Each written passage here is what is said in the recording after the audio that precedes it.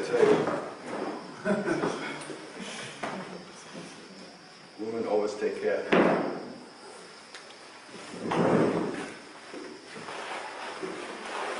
They always want more of me.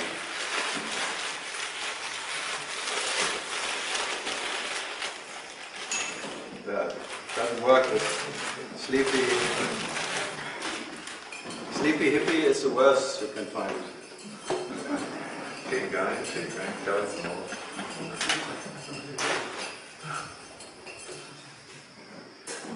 Oh, heavy work.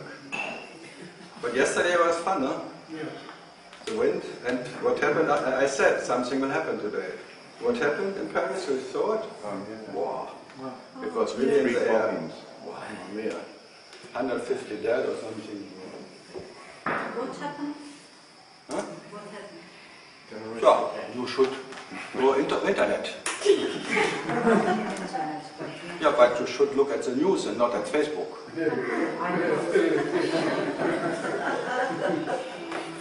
Everyone is missing a lot.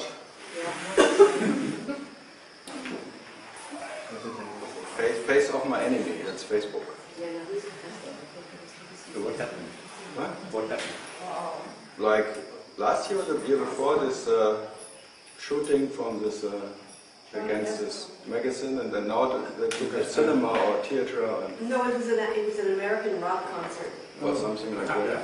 Yeah, but it was in a theater. It was, Yeah. there was a German-French test game for football, so that shows the right day. Full of Germans. I think 4 different places? Huh? 4 different places? 4 different places. They could not be.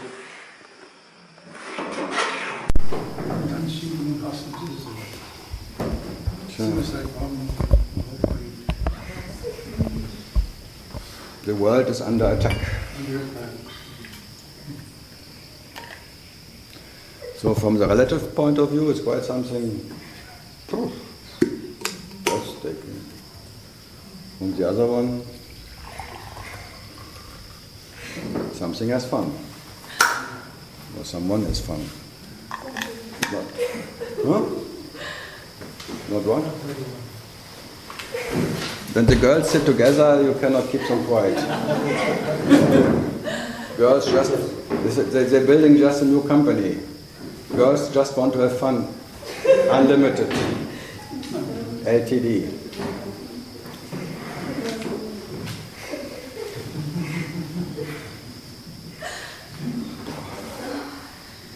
Always when I see that, I think I have to behave like one.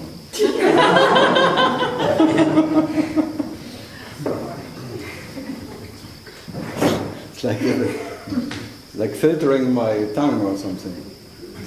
Speak beautiful. Speak some beauty should come out.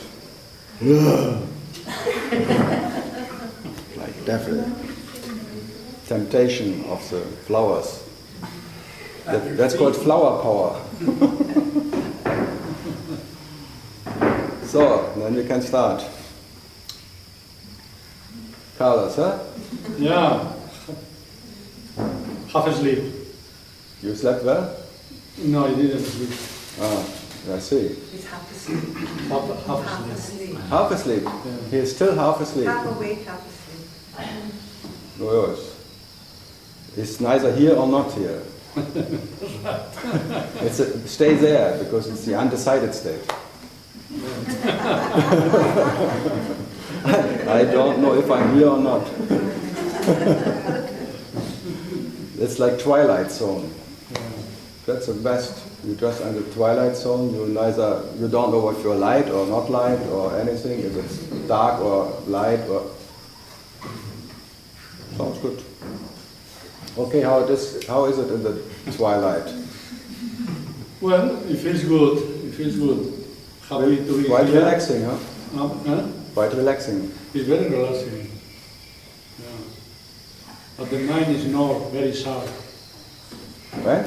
Something coming out of that sharp sword. I cannot get it out anymore. Right. All like that. I'm a peaceful warrior now. I put it so deep into the Cannot get it out anymore, even if I try. That's why people complain now, I am too soft, because it doesn't get out anymore, even if I want. It's interesting because this morning I told to my friend that yesterday, when you mentioned about tapas, and then I remind you that tapas was something that Guruji was teaching me all the time with tapas. So, and then thinking afterwards, it came to my mind that yesterday was the Mahasamadhi of Guruji. Ah, so talking about him then. Yeah. It was right the Mahasamadhi. So I'm quite in tune. Yeah. Forget it, it's not for you. It's dead already, come on, forget it. What Guruji? The Germans, just to make a history out of, they just want to put you in the box. Oh, he comes from that, well, I'm saying, they're just concentration camp guys. They want to concentrate on you, put you in a concentration camp, and then the gas comes. Tomorrow Maharaj. Maharaj? The girls, Mahasamadhi. From who? Mahasamadhi. Raji Maharaj is Mahasamadhi tomorrow. Oh, every day is something. Especially the one who didn't die, it's even worse. Celebration of birthdays and that one. And your birthday comes soon or something. You're fucked by birthdays. And dead days.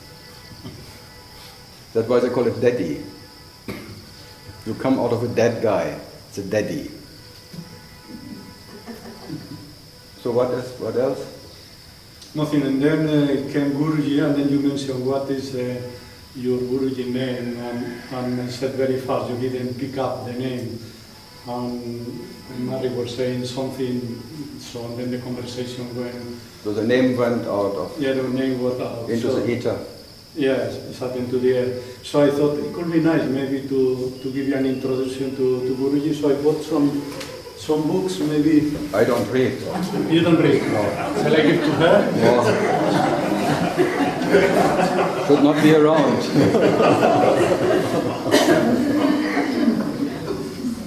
Show me a picture, then I know everything. I like it, it doesn't laugh either.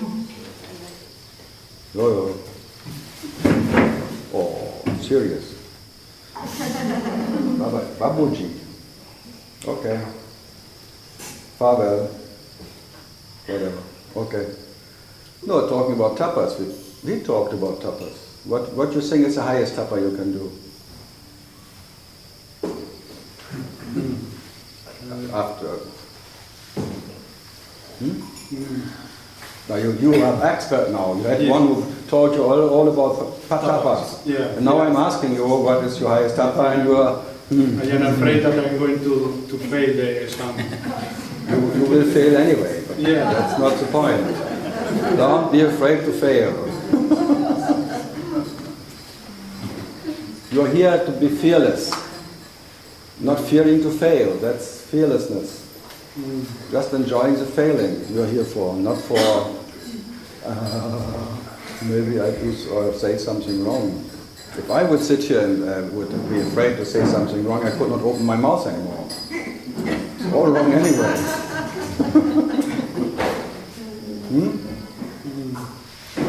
So what is the highest tapas? Accordingly to that guy, whoever that is. Because he didn't even know what he is, who he is. So. What did he say? Yeah. Self-employed. You're just a Vinchim. Summer in Tiruvannamalai.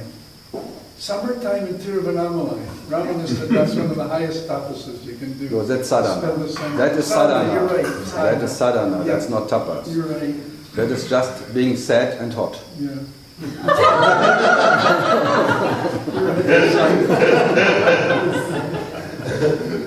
That's called a sad anna. So when your ananda is very sad and hot. No, tapas are exercises. What is this called meditation or tapa exercise? No, I am asking something, and you see what comes out? So what? What do you think?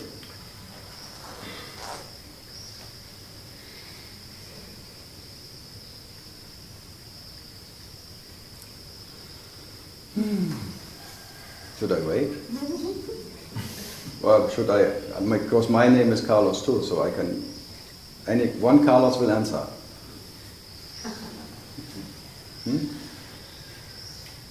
No, did you read books of him? Yeah, I read. Yeah, but in every book is pointers of that. Yeah. So everyone reads the books, but going through the wind. No, this is tapa. This is the highest tapa. Ramana said, good company. When there is one who is talking without a talker, and so you enter the listening without a listener, which is meditation. Action without expectation. Action without reaction. That is the highest tapa. Your natural state.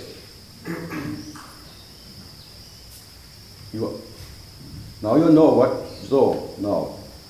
Now we can start. So it's not something to keep silent or quiet or something, it's just being that what is action without any reaction, because that is your nature. You are the action, and you don't react to your action. You are always action, action, action, action, action. And there's no second one who is reacting to that, what is that. So there's only action. So when you're aware there's action. And then there's action, and action, and action, and action. And where does the reaction come from? There's no reaction. It's an idea, it's an illusion. Oh, okay. Because the illusion is that this is the action and the next moment is reaction to this moment. No, this moment is infinite and there's no reaction to this moment. The eternal now has no reaction, it's just action, action, action, action. There's no because if there would be a reaction, it would be two. There would be something what is acting and something what is reacting. No, there's only action. So there's no consequence of it. There's no right or wrong reaction, because if everything is action, action please. That's like a movie. Action. It's not loud. Reaction now. No, action. And then it plays by itself, because the actor is good. He even plays so good that he forgets that he is just playing. That is you now. You play the role perfectly because there's action, and you forgot that is only the role you play. It's not what you are. So what to do? Like Shiva became a jiva, now believing is a puppet.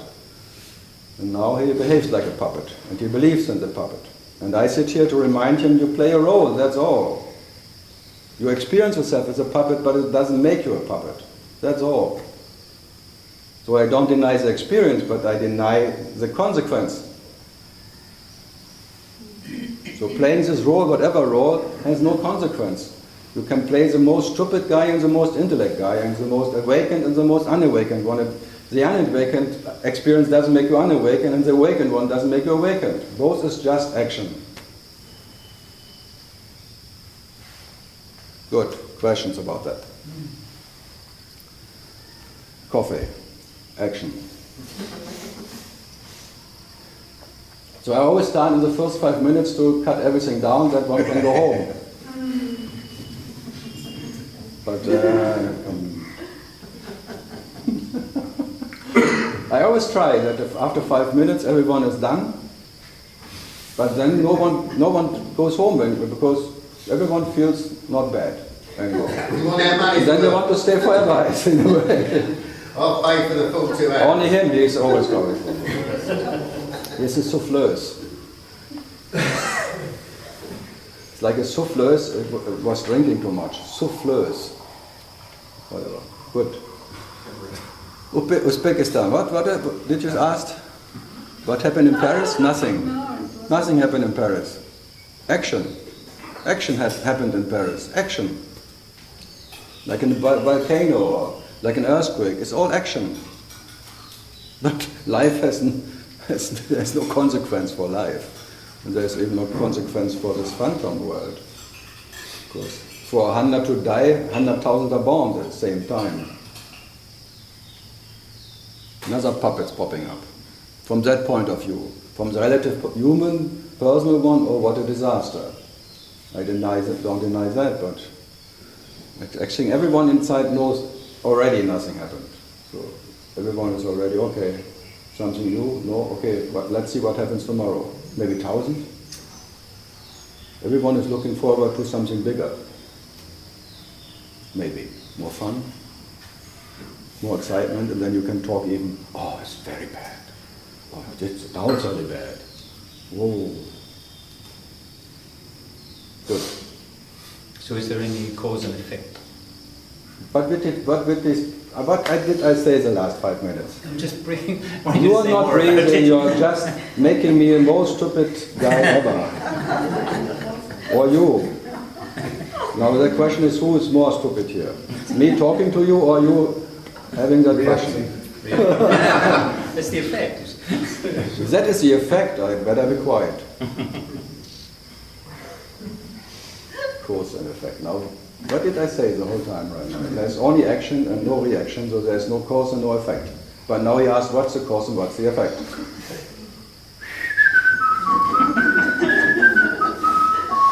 Those are two different words. Cause, effect is different than action, reaction. So maybe there's no action, reaction, but there is maybe cause and effect. What happens, I know it's stupid, but you hit a billiard ball and it starts rolling, right? Then both energy, the energy of that ball who hits, is just acting as a ball who is moving there.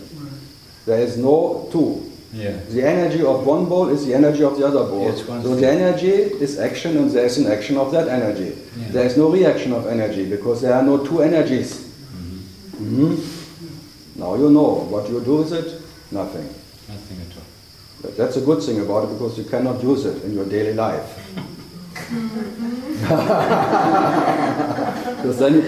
Because you're here to hear some recipes how to control your daily life, and I don't give you one. Because there is no your daily life anyway, because that would be the reaction of ancestors who created your bloody body, and now you're the reaction of all Adam and Eve events. And then you blame Adam that he was biting into the apple, and I'm the reaction of that action. Me, poor me, because I'm only reaction of all the events before. Oh, poor me. I have to react to all that bullshit what happened before me. Oh, that self-pity then can really has a profound base. If I'm the reaction of some stupid action before. But if there's only action, there is no pity anymore. The pity can only be in reaction. And I'm the poor guy who is just a sperm egg tralala out of my parents, and I'm the reaction of all fucking before. Now I feel so fucked. I feel so fucked up because I'm the reaction of all the fucking before.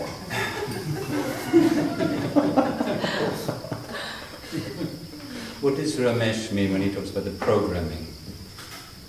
You have to ask Ramesh. I'm not the interpreter of Ramesh. I really give a fuck about Ramesh teaching, I tell you.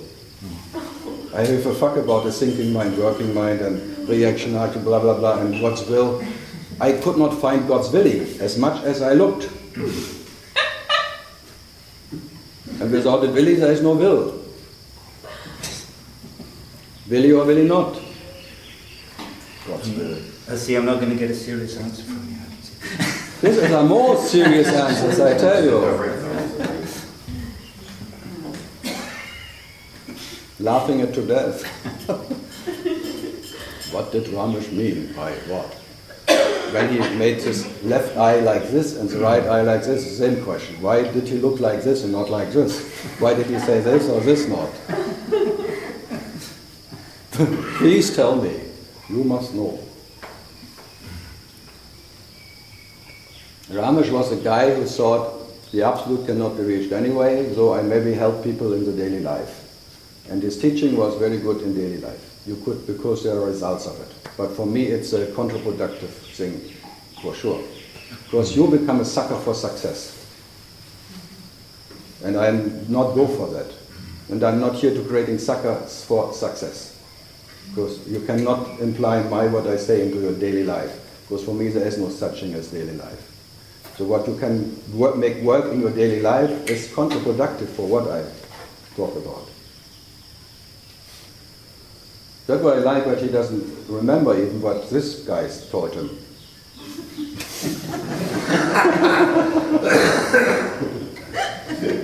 And he would, if he would be the right one, he would love it that you forgot. Absolutely, Yeah. you're right, you're right. See?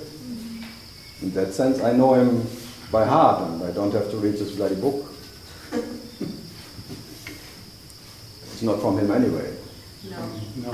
That's what I mean. It's like it's a name on it, but he is for sure not in it, because it's like dead master's words. Everything what can be black and white is dead anyway. Dead words, even if they're on black and white. Just the paper cannot resist the ink, that's all.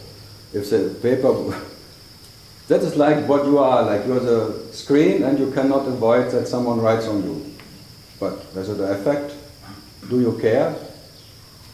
Yet in the school always there was like you can write and then everything was gone. Write again, everything is gone. So every night you should just make and wake up fresh and as a baby.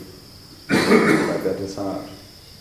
How to then functioning in daily life, because you're so afraid that you cannot function anymore in daily life, because you still believe that you have done something before, that it was your functioning and you are controlling.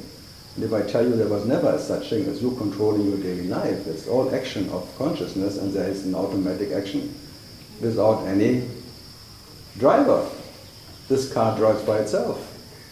But you're so fucking afraid that it drives by itself that you rather die before you admit that you are not the driver. So, I mean, you're going to... So, impressions or imprints, things that you hear or experience that makes an impression. Impact. Impact or impression rather than impact. What, things that... That sounds good, because you are so afraid that you need some story that you keep your back door closed and keep all the storage of your events inside out of fear. That's why it makes an impact. If you just, the fearlessness would just being open back door, it would just... But this little fear, this existential fear, makes you a collector of shit. And then the shit makes you, you're impressed by shit. You're very impressed by the shit happenings. By your so-called personal story. It's a shit story. How about if it's a good story? There are no good stories. Whatever has a story, it cannot be good. Whatever has a story, that has a beginning and end, is relative and can, for sure, is not good. And only shit has a story. So shit happens, but what you are never happens. So what to do? So the shit is impressed by shit. This shitty bastard today was very impressed by a shitty experience. And he felt very like a toilet. No, I'm like a toilet. I allow everyone to sit on me because I cannot help it anyway. Even Karls can sit on me. I just tried to kick Karl out of the toilet I am, out of the 0 I am. I tried, as everyone, kicking this Karl out, because Karl is always like not needed, but it's still there. You cannot get rid of that thing, so you want to get rid, but there's just you just resign. You fail totally of kicking him out, as much as you try. It always pops up again, because the phantom you cannot kill, so what to do? How can you get rid of an illusion? It's only real because you try to get rid of it. Yeah, what can you do? So then you rest, and when you wake up, the presence of a phantom is anyway, and when then it's gone anyway. So it has a beginning and end. So one day it will be gone. So it's a goon already. So it's not even now there. This story already ended. This body is already like a tombstone walking in a cemetery of fleeting shadows. And they cannot make me more or less as I am anyway. But as I'm a toilet, a 0, I cannot help it, because there always, every day, someone sits on you. So you're possessed, but by that possessed, you're not possessed. You have an experience of being possessed by a spirit or something, but it came and it will be gone. I don't deny that. It's an experience that you cannot get. Every morning this wakes up. And then the whole day you fight to get rid of it. And then you're so exhausted at night that you just drop. And then tomorrow maybe, I make it. Then again, and then when you die, this body goes and something else happens. You don't know what happens, but the next will happen. Maybe it's worse or not, or better, but the question is who cares what comes? There will always be something what comes next. It will never stop. The action never stops. So there was no beginning of the action, there will be no end of it. So what is there to do? Action, pain and pain.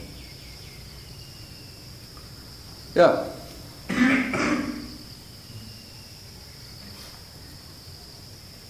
It's like when he's coughing, he will ask himself, what have I done wrong in the last days that I now have this cold? It's like, how could, next time can I prevent myself to have it? That is like this functioning, and it's like a survival system. How can I learn out of what I have done, what I have not done, and what next I will not do, but maybe I prepare myself for something what will happen anyway, but at least I'm prepared. And I can sit here, you will fail again. If you don't have a cold, the next has a cold. But what's the difference if you have a cold or someone else has a cold? The cold will be there, in the coffin. It's like one who believes to be awakened. What's about then the people he talks to? There will always be an unawakened one, because there's one who is awakened. And he confirms all the unawakened ones. Because he believes in awakening, they believe in being unawakened, and then there's like a co-dependency of two. There's only one because the other one is. So good, or so bad. Getting dark. Whoa. Not only inside twilight, outside twilight too. What? Twilight outside too. Dark outside too, yeah. Good. So no reference points. To what? No reference points. Different? Reference point. Reference point. Yes. No, I ask you to have the absolute reference point. You are the absolute reference. Not having a reference point is impossible. Because you're trying now, not having a reference point is just another reference point. That one who is non-identified is still identified by being non-identified. There's no way out, you just try. But the absolute reference point is that what you are. You are that. By just being what you are the absolute reference to everything. So I am the reference. My name already put me into that position. I was there. Whatever. Yeah. So there is point on the space. Renz, Carlos, whoever here. They're just points of reference in the space. Just no, because you're talking from that space. There are no reference point in that. They're just different camera positions where the perception perceives itself by. The camera perceives. Yes, the absolute eye of God.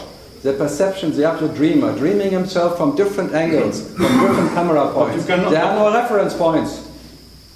The reference point is already perceived. Okay, got it. There is no perceiver who is perceiving from a special reference point. But you cannot. don't got it. But you cannot avoid to talk. You know where you are sitting. No, I don't know where I'm sitting. You think I'm talking out? You think I'm talking out of one who is sitting?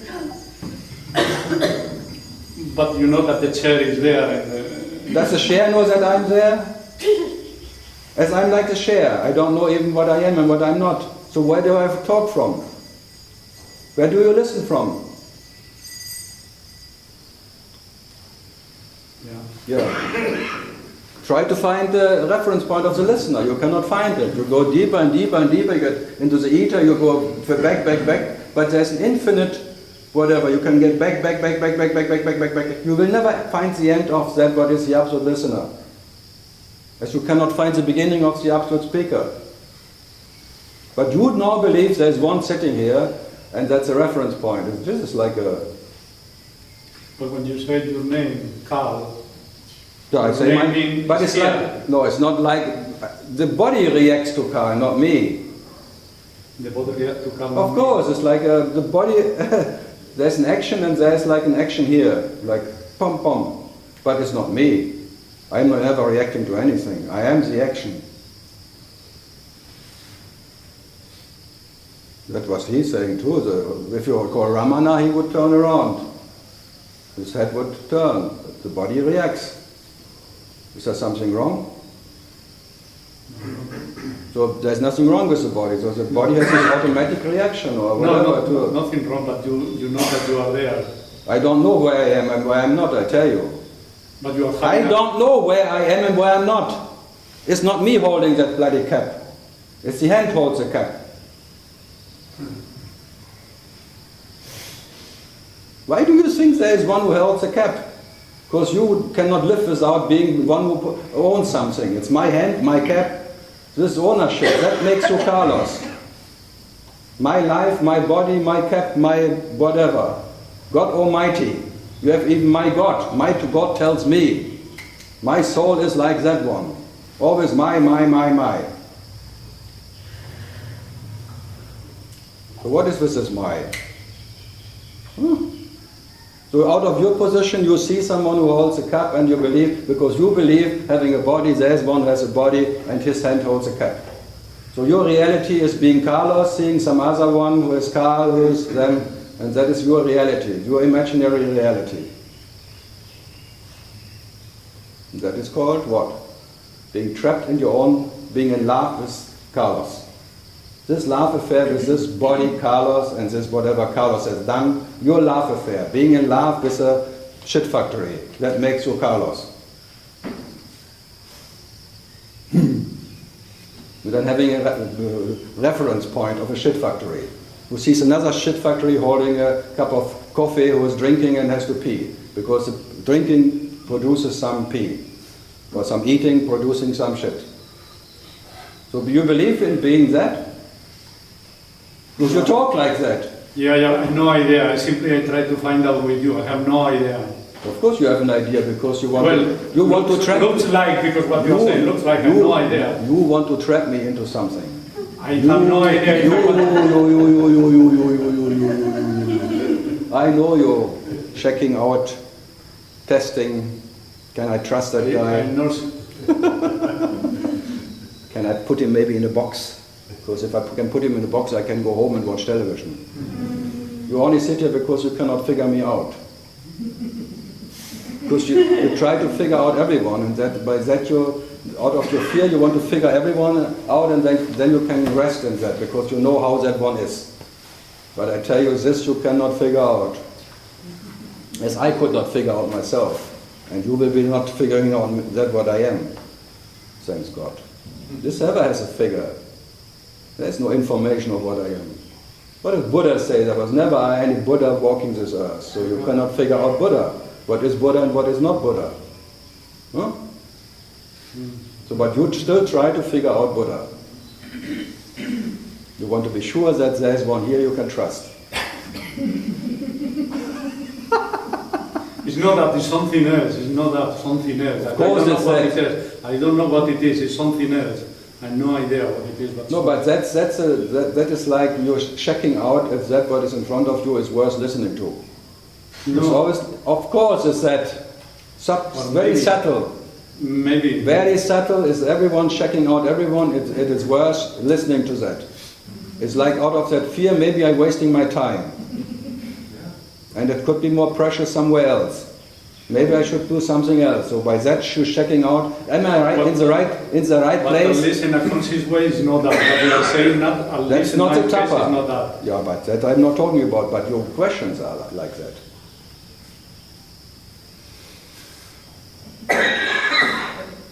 Yeah, I tell you. You want to make sure, but you will never be sure. Because if you believe I'm impersonal, I'm gone, I will act totally personal. And suddenly I will be totally that what you don't expect. And I'm not bored with this unpredictable whatever. Yeah, Babaji? Babuji. Babuji. Not Babaji. Babuji. What is the difference between a Babaji and a Babuji? Babaji is in the Indian tradition. I don't know much about Indian tradition, but this is a proper name, Babuji. Babaji, many people here, they call it. It's a common name. It's a common name. This is an uncommon name. Well, that I don't know if it is uncommon. You just said it. Babaji is a common name, this is an uncommon name.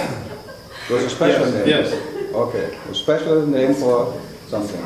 It's less common. Less common. There's Less many common. It's less common. Gorgeous. I want to nail him down in his whatever, because this guru has to die for him.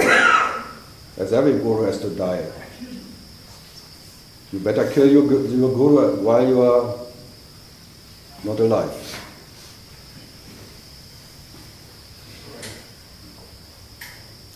Good. Some other guru I can kill?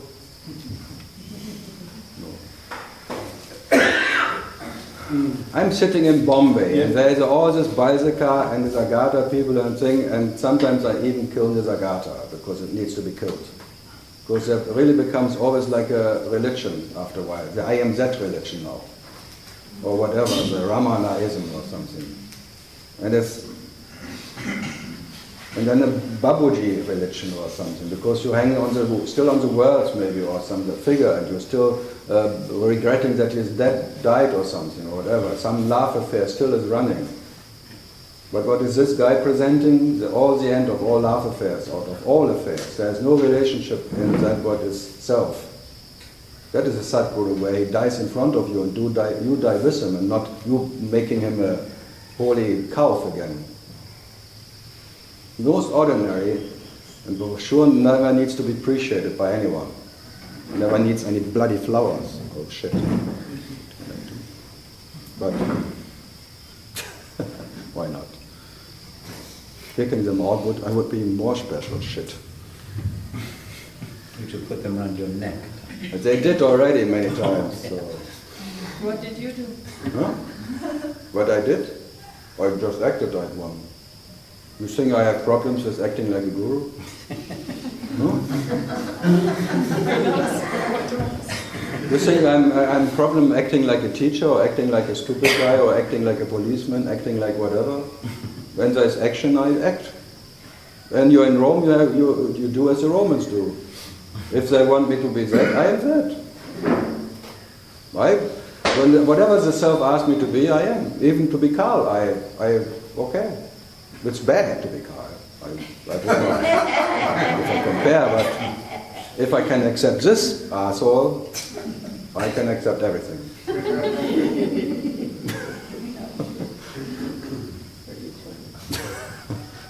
And you know this asshole more than any other asshole, so you know how tricky this guy is and or whatever.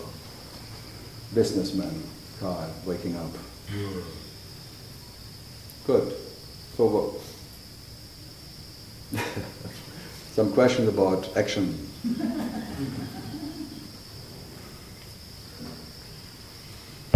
No, there's questions. The seeker has always business questions. Is it worth meditating? You want to be sure that you don't waste your time because you want to, as soon as possible, to get rid of the seeker. So your suicide attempt is permanent, and you want to commit that suicide as soon as possible. So you want to kill that seeker as soon as possible because you have this maybe experience. Without that me, you will be better off. So you have a permanent preference. The preference is not having any preference, but trying not to have a preference is your main preference, that is the me. And that will run forever. So the thinking, maybe one day I don't have to think, but so for that I think. It's like Degas or something. I think for that I am. Can only come from a French person, no? I think for that I am. You can say I shit for that I am. The same. Another shit factory. This is a shit, all the things, the whole body, mind, trala is all a shit factory producing permanent shit. Especially that stomach up here. It's aching, that's why it's called stomache. then tapas, tapas, tapas, tapas for that one, and then tapas, tapas, tapas for that one.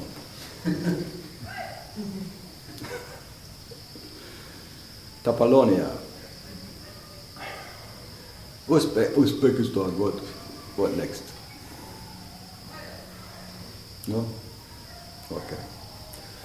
Sveta, something from Bombay? No? Oh, come on.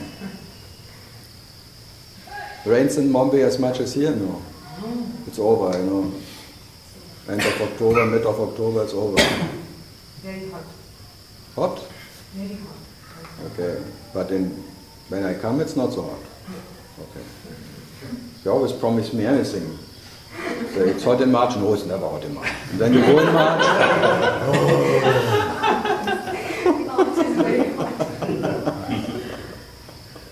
But if you ask them, no problem.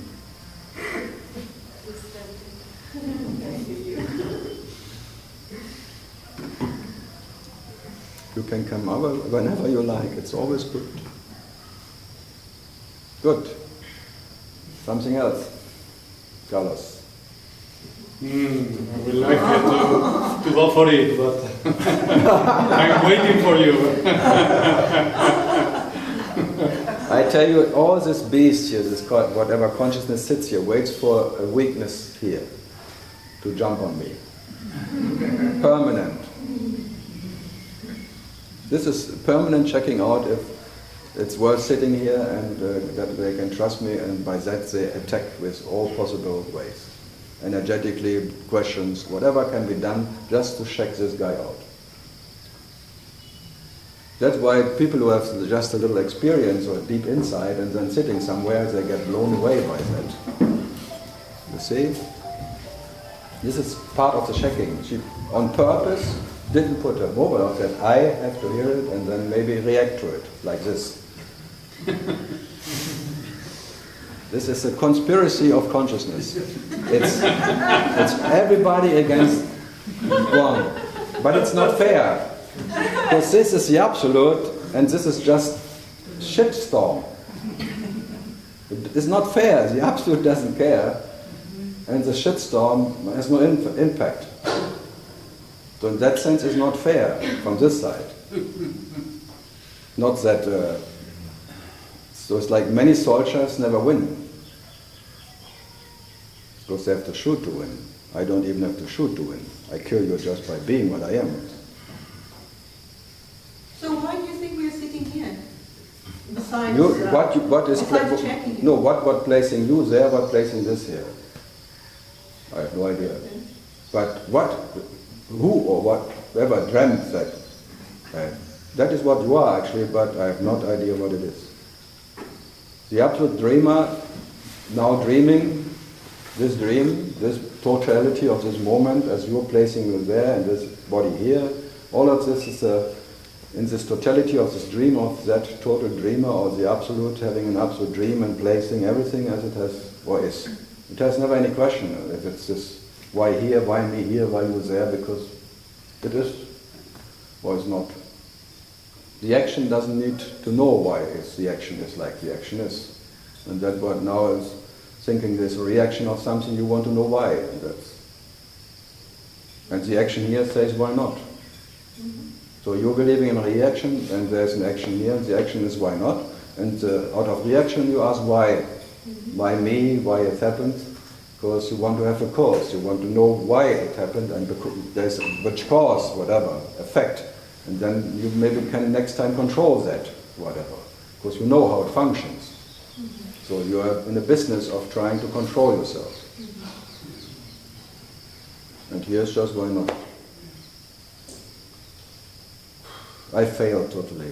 Because I know all the tricks of trying to control myself. I tried to drugs, to meditate, to thinking, to intellect, to opening, to devotion, to surrendering and renouncing, all possible bullshit. I know it by heart. And I failed in all of them. I am an absolute failure. Fuck it all, I have tried all possible bullshit you can come up with. Gurus I never tried actually. So I missed it. Maybe there's still something, maybe that would have just in case. Just in case.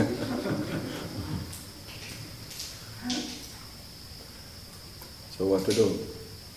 In that sense, it's like it's a peace of mind because the mind can ask or not ask.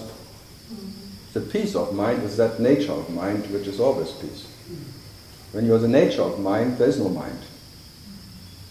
But when you have a mind, then you're in trouble. Then there are two minds, one mind has another mind. One thought has another thought. Wow. So the one shit thought has another shit thought. Ownership of shit, that's called ownership. And then you want to know, is my shit better than your shit? Who is the biggest shitter? And the most? Is my shit, and then maybe you become an enlightened one and then you believe my shit is golden. Golden shit, and golden words coming out of an enlightened mouth. It's the same bullshit as everything. Whatever word, when you listen to the word, it becomes shit. Because then you try to understand and you want to employ everything. Even the words you understand, the little understanding and deep insight you want to employ for your so-called striving for happiness or for peace, whatever you call it, or truth. You want to have a, whatever, something to employ or what works for you. That's why I didn't like Ramesh things, because it worked. And it gives you the illusion that you can really do something. I don't mind it. I never try to stop it or something. But if you ask me for it to be what you are, it's success. And it will make you maybe a success, a sucker for that success. Because that's what you succeed in, you will drop again. One day it will be over, and you will be fucked as before. So whatever good life which comes after understanding, after whatever, or even accepting, it's limited by that. It will be broken. The tolerance limit of your so-called relative understanding, because even the final understanding is relative. It has to be relative. It's empty.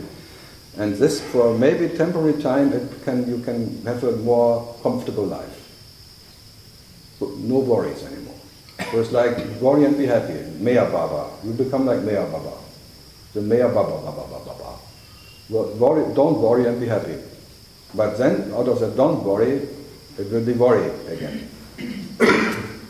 So if you can only be happy because you don't worry, then the happiness is depending not to worry. And I have a book called Worry and Be Happy. It's much easier. That's very easy, because worries happen by themselves. It's the action of consciousness. Consciousness acting is worrying about itself, permanently. A poor permanent caretaker, lover, and being in love with himself, caring about itself. That's consciousness. So the worries are natural. A natural effect of love. The lover caring about the beloved, worrying about his well-being. But in the well-being, the biggest well-being would be that the lover knows the beloved and owns him totally. He always tries to make it whatever, my beloved, and melting into it and becoming one with my beloved. And maybe there's like out of separation there comes a oneness love, like an unconditional. Out of a conditioned love, you experience an unconditioned love. But in both can only be in a coincidence. There's only unconditioned because there's conditioned. So the unconditioned may happen, but there will be a moment you drop out again. Then you are maybe even worse case scenario, because you know how it is to be in unconditional love, and now you are conditioned again. That's called Satori or something. And everyone who went to Satori came back. Everyone. The Taoists say whoever even goes to the light of awareness for infinite times, thousands of years or something, they all come back. This is the playground which is crucial. If you cannot be here what you are, you will not become it there. And whoever goes there comes back here. So if you cannot be here, as in this so-called hell of separation, of having a shit body to care about, and all of that, what you really don't like, this is a discomfort in action. This experience is a permanent discomfort. Permanent. The presence of having a body, being, and even existing is discomfort. But you still have to be what you are. And what you are has no problem with it. So your natural state is Not knowing what you are and what you're not. So being that discomfort, there is no discomfort for what you are. But being in discomfort and wanting to be in comfort, that's hell. So the idea of comfort is hell. The idea of happiness makes you unhappy. So happiness is the biggest punishment for what you are. This very idea. The same enlightenment. You can apply everything, truth, all of that. All these ideas make you suffer. And who can believe in them? Only me. Yeah? And the me needs suffering. As without suffering it cannot exist. So it's producing, even God is a production of the me, because when there's a God who is higher than me, I am lower than him, so I can be in self-pity. Little me and big one there. So I need a master that I can be a slave. And the slave is suffering, but I suffer because without suffering I don't exist. So you care for your suffering, moment for moment, as a little phantom, because the suffering is the most profound confirmation that you are. And you need a permanent confirmation that you exist. Permanent. Because if there's one moment without confirmation, you don't exist even anymore. There's no existence without a confirmation of that phantom. Totally permanent confirmed. And all the questions and all questioning everyone else is just a permanent trying to confirm yourself as a phantom. So this phantom idea needs a permanent attention or confirmation that it exists.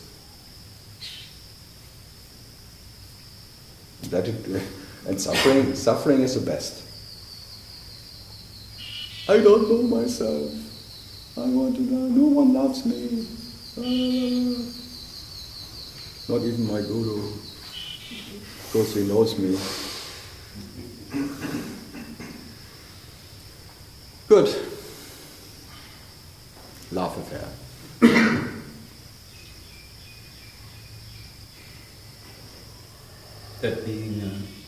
That being what is the discomfort, or as you say, that what is discomfort doesn't know any discomfort. Right, or being in it. But there no, is not in it. Yeah, it's like an imaginary idea that you are in comfort or in discomfort. But presumably, there's no way except there's no way that this. There can only be a total recognition of that. There can't but be total recognition is not good enough. Mm-hmm. Because that would be like Ramesh, final understanding, but the final understanding which comes will go again. Yeah. So the total recognition is still in the dream, and the dream will change again. There's nothing to do about that. You said you can know it, but you can do whatever you don't do. Yeah. You can do whatever you don't do.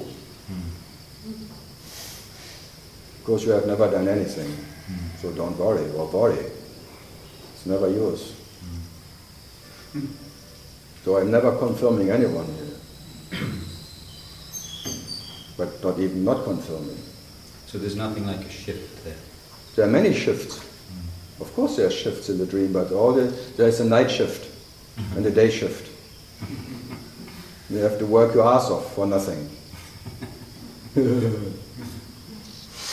Not 8 hours, 24/7 you have to work. And what you are is unexhaustible, imagine. It's never tired. So it never needs to retire.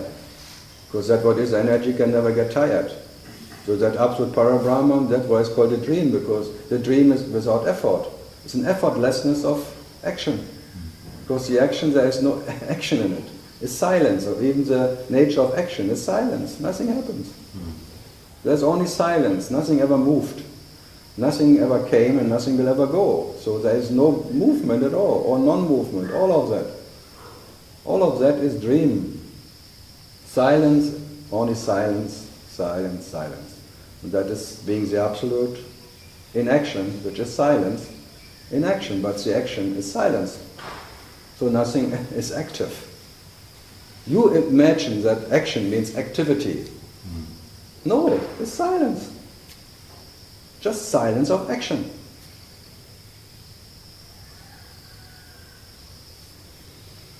But I know it's not even easy or heavy to understand, it's even impossible to understand. But just by being what you are that, and then it's a natural knowledge of that. then knowledge is not depending on any recognition or understanding. But that knowledge doesn't belong to anyone or anything. It's just... No, it's an absolute belonging to you because you are that. You are the absolute owner of knowledge because you are knowledge. But now you deal with peanuts. Now you are interested in this little peanuts knowledge. Yeah. I don't say this is different from you. I just say, be what you are, being the absolute knower. That's what is the absolute knowledge. And this is just peanuts. So if you want to treasure yourself, you are the treasure, but not having this little chip of tralalas. Little understandings, mamma mia. Little insights. I can just, I'm in the absolute tendency of destroying everything. And by destroying, creating it. Because I don't mind. What do you create? That's what I destroy. Because I can only destroy what I create. Because the moment I destroy it, I create it. So if I want to destroy ignorance, I create it. So that is Shiva in his creation and destruction. He's the creator and the destroyer in the same instant. By destroying, he creates it. Because by destroying, he gives attention. By attention, destroying, he creates it. By nothing else. So you are that. What is even by creating, destroying, or by destroying, creating. So by your attention, the whole universe exists. The whole existence, the whole dream is by you. But you are not by that dream. So bye-bye.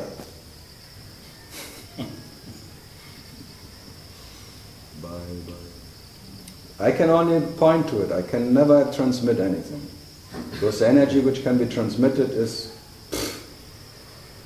compared to the energy you are. The transmitted energy is just a dirt under the fingernail of a beggar on the street. Which is energy too. But all this Diksha and Shaktipat and all of that. Fantastic. I like it all because it's in the dream, because no one needs it. So I don't mind it at all. But you're depending on it and believing it. Your reference point is being a greedy slave of some more energy and counting your little peanuts energy of your body and your little understanding. Tralala. Wow. Why everyone makes him so small, so micy? How can this almighty Shiva, being so micy with his little peanuts bullshit? He is, look at him, he loves everything, even loving being a micy peanut counter. And he cannot help it. So the nature of the Almighty is helplessness. He cannot decide what he owns, if it's a relative owner or absolute owner experience or anything. But does it make him more or less? That's the question. Absolutely not. That's the main question at all. The quality of you, what is really worth being. What is quality? It's never more or less. It never can be counted by anyone. That whatever can be counted, especially the counter, is not what you are. And the counter needs always something to count. And what he can count are peanuts. But to be that, what is the heart of the counter, the counting and the counted, come on, that is the treasure you are, and not something that can be put in your little books or underwear or who has the biggest dick running or something. I mean dictionary. Who knows every word of every guru ever spoken? Me, like a pandit or something. I know the whole Upanishads in and out, and all the Vedas and all the whatever. I know every word and I know exactly what it means, and it's all bullshit. Thanks God, it's all ignorance. The highest truth is ignorance. Because it's high, it has to be ignorant because it's relative. So even the highest truth is relative to the lowest truth. So what kind of truth is it? Bullshit truth. So you are hired by the idea of hire. Hire safari. You are hunting all animals who never will feed you. Good. Questions? Otherwise I talk you all to death. Maybe that's what you're coming for, because I don't mind to talk day and night. So. Empty words, taking no energy away. Nothing comes and goes with it. No intention, no loaded energy, not being loaded in, leaving loaded Las Vegas or something. It was Johnny Depp movie. Loading. Fear and loathing. Fear and loading in Las Vegas. Yeah. Loading means you totally hate yourself, or you are totally rah. I never thought about it. But actually that is everyone who's sitting here. He's loading himself. There is no love here. Never was. Otherwise you would not look for it. Loading yourself. Trying to commit suicide because you're so fed up from yourself. Then you sing, Shiva, Shiva, Shambhu, come to me, kill me, please.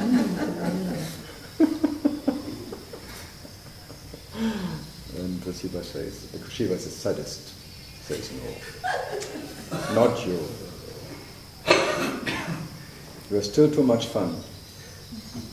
You play the guitar, you blow the flute or something. I want to, even if I would like to kill you, I still have to listen to your music.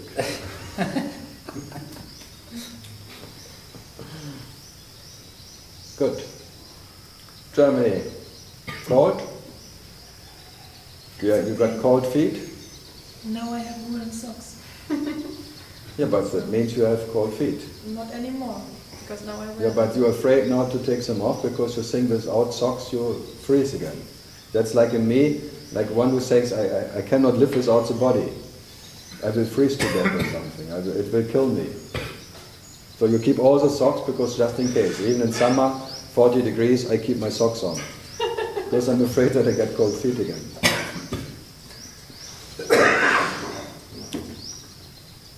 Only a mother taught him, like everyone's mother taught you, you are my kid.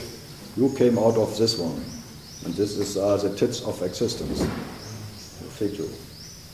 And without me, you would not exist. So treasure me, love me, because I'm your mother. And the father says, maybe me too.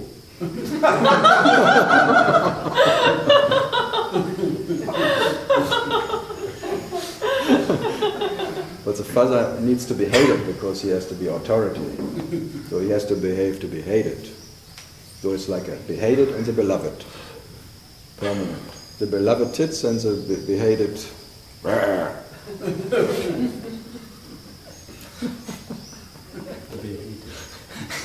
Nice word, huh? Good one. It's rarely used, actually. Never used. Yeah, but I use it very often. It's original. What can I do? I like my behated comes today. My relatives. Relatives are always behated. Because relatives makes you relative. Having relatives, you're already a relative. You hate them for them. Especially having a mother and a father, and you hate them from the moment you are born. You hate it. This unconditional hate is running uninterrupted.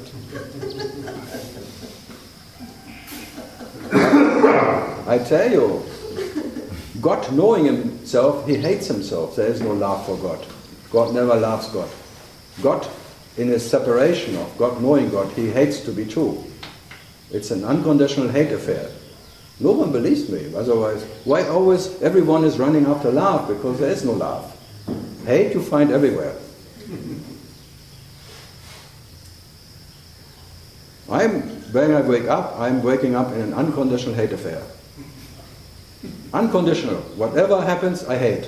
Whatever. There is no... It's so easy to hate. Unconditional hate is so natural, coming by nature. Waking up you hate already, because you come from where no one is and no one complains, and having no body, no shit, no bladder, no pressure, nothing is there. Who would love to wake up in a body? You have to make a tea, you have to make, whatever this makes it more bearable. Why do you have to make it more bearable if you really would love it? No? Yeah, I just asked you. Your absence is an unconditional love affair, in the absence of a God. In the presence of the God, you have an unconditional hate affair. So you realize yourself in two different ways. Shiva has two different ways of realizing himself. Shiva not knowing Shiva in an unconditional love for himself, by not knowing himself. The moment Shiva knows Shiva, he's an unconditional hate for himself, because it makes him a jiva. And he hates to be a jiva. This little bastard.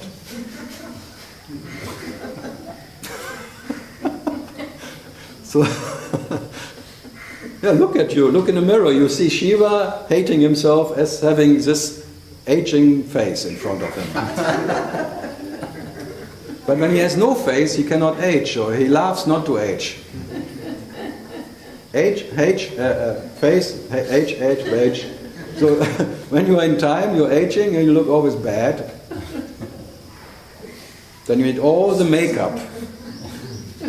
Shaving, dressing, hairdresser, pedicure, manicure, pedicure.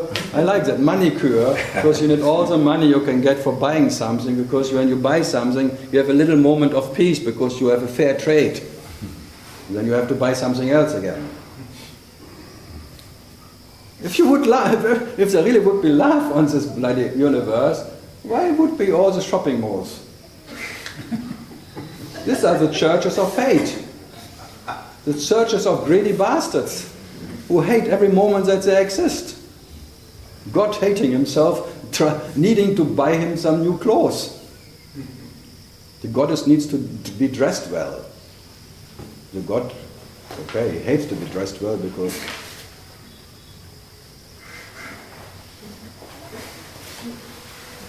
Germans are freezing. We are Germans here. They're giving such a bad impression of Germans. Oh, sorry, he's Turkish. That explains everything. Why do we come here in winter? What? Why do we come here in winter? There's no winter here. Yeah, to have it warm. But look at you with your socks. Yes, it's too cold here. Expect it to be warmer. You see, she expected something, and now she starts hating to be here, because it's cold in Germany.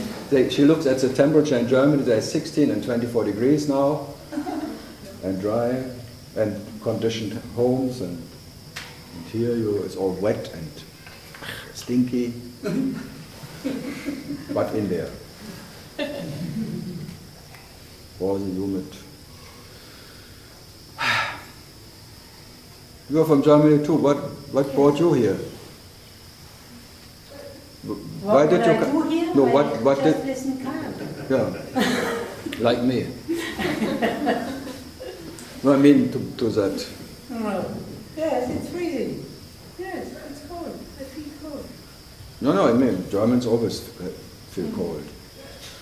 That's why they invented the conditioning homes, and everyone was talking in that time about Germany, where people don't freeze in winter. Because in England, they all believe they're in the Mediterranean, and the houses are built like nothing, there's nothing. They just imagine that they're not in England. Or not. That's true. Yeah, and then they freeze to death in winter because they have no coins anymore for the gas meter. Because the English people don't trust English people. No, they don't trust, because it's the only place in the world you have this meter system of gas that you have to put coins in. In Germany you get your bill at the end of the month or something. Only for the poor people, when they charge them more for it. It's a way of exploiting the poor. I'm surprised that you're still alive. Are you sure? No, I have my own here. Thing I take from everybody's. I have much more here. It's not fair. So Germans, they are coughing, man. From Ukraine, where it's really cold. Not Ukraine. Huh? Not Ukraine. Ukraine, you said? Uzbekistan. There is one. Very close. Very close. So, good. Something else. Tuna, nothing today. Boah. It was my last hope, and now my last hope goes away.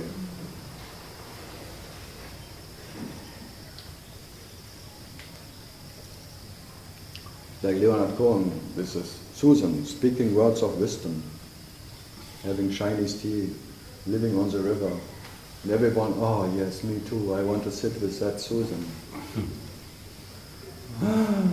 What a koan. Leonard Cohen. Yeah. I saw him, I think, 7 years ago in Berlin, live. And I was disappointed. Right? Because he was posing. He was posing. In the 70s, he was really there. But now he's maybe too weak to be really there. His body's and he's posing. Just a pose, just like an empty, whatever. Singing the old songs, but it's just without. And I saw before a YouTube thing, and at the same moment he makes always the same joke, the same gesture, the same unplugging. Oh, I was not plugged and things. So such a trained rehearsal thing. There was just that's why I call that maybe is a reaction of something. Yeah. But the concert of Leonard Cohen in London is very good. In the I think at the end of the 80s. Very nice concert after London. I don't know if Did you go there? No, I didn't go. You have to go live. Yeah. That's why you have to go sitting with someone live and not listening or reading books and seeing some videos. You have to be there. But you have to be in the first row or second. You can be wherever, just being in the same space. Uh-huh. Then you feel if it's or not. And I think I was not amused, and that's something. Because I liked him a long time.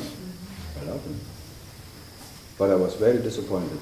I really said, fuck, mamma mia, if I get old like him.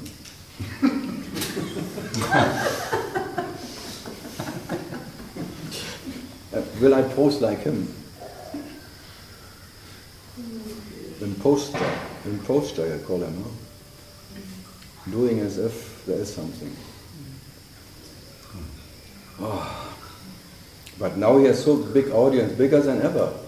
In the 80s, 70s, he was really forgotten. 90s. And then suddenly now he is everyone and spiritual and all the Americans and all the spiritual people, Cohen, we go to the next concert. And there's like a spirit imposing. No, I still like him, to listen to old things, but I don't listen to the new ones. Well, it seems he came back because he needed the money, right? He needed money, it was known. He was fucked up by his assistant, the agent. He needed urgently money. That is not a point. I need urgently money too, all the time. Urgently. What on earth for? So that kind of brings me back to that same question I'm constantly stuck with since I started listening to you, which is Leonard Cohen used to be authentic. Some people He's still authentic now, but he's an authentic old guy who has no energy anymore. So the question is, some people are more themselves, more authentically themselves. No, everyone are they is more connected to who they are? Everyone is there anybody who is more connected to who they are than anybody else? Everyone is always authentic. Even when you're very weak and seem to be imposing or something, you're an authentic imposer. There's only authenticity, there is nothing else. When you're a liar, you're an authentic liar. When you are someone who tries to tell the truth, then you're really an authentic liar. Because you try to tell the truth. It means like when you try to tell the truth, it must be a lie. Don't try. Just speak. Not whatever. No, it's all authentic. But what to do? You like it or not? I like that I don't have to like anything to be what I am. I can like or dislike, it doesn't make any difference. This in being absolute indifferent or whatever, the song of irrelevance, this is I'm listening to. So I can even hate everything or love everything, it doesn't make any difference. So I just call it unconditional love because I hate this idea of unconditional hate, I hate both. Because you are so fucked up that you try to be in an unconditional love, it fucks you up every moment. No, you are what you are hating or loving yourself. You don't get more when you love yourself, and you don't get less when you hate yourself. That knowledge that you are is uninterrupted and independent of your love or hate yourself. Or if this lover or the one in front of you is loving or hating himself. Who cares? This I'm pointing out. But the lover who is a phantom god already in front of you, this phantom ego, phantom, is always like sometimes personal, then he hates it to be personal, and he hates personal things, and sometimes he becomes an impersonal, awakened one. So impersonal and personal. Oh, wonderful. So today he is personal. Oh, today he is impersonal, because he has to prepare for satsang. He has to go into the mood. But what you are doesn't have any mood, it doesn't need any authenticity, because it has no question about being authentic or not. So there is no fear in what you are, there's a fearlessness, because what you are is never more or less as anything. So all that, whatever, authentic questions and this one, only comes from the fear of, am I or am I not authentic? Is this one, or like it, or blah, blah. But the peace you cannot find in it, for sure not.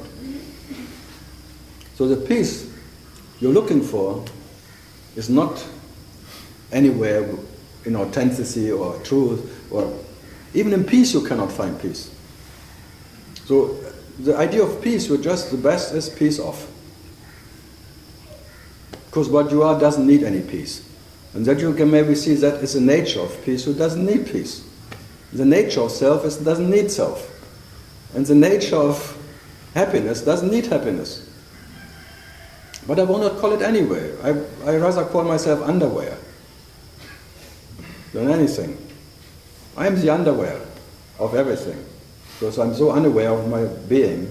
Because what I am never needs to be aware even. I'm totally unaware and I'm aware. So aware or not aware, who gives a fuck? Who needs this bloody awareness?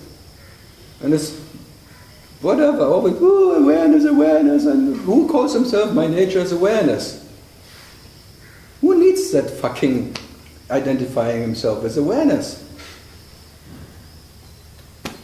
You are in spite of the presence or absence of whatever you can imagine, but that you cannot imagine. And that what you cannot imagine, what you are, never needs to be aware of being what it is to be what it is. I can just point to that. And the rest is just fucking around with your so-called fear.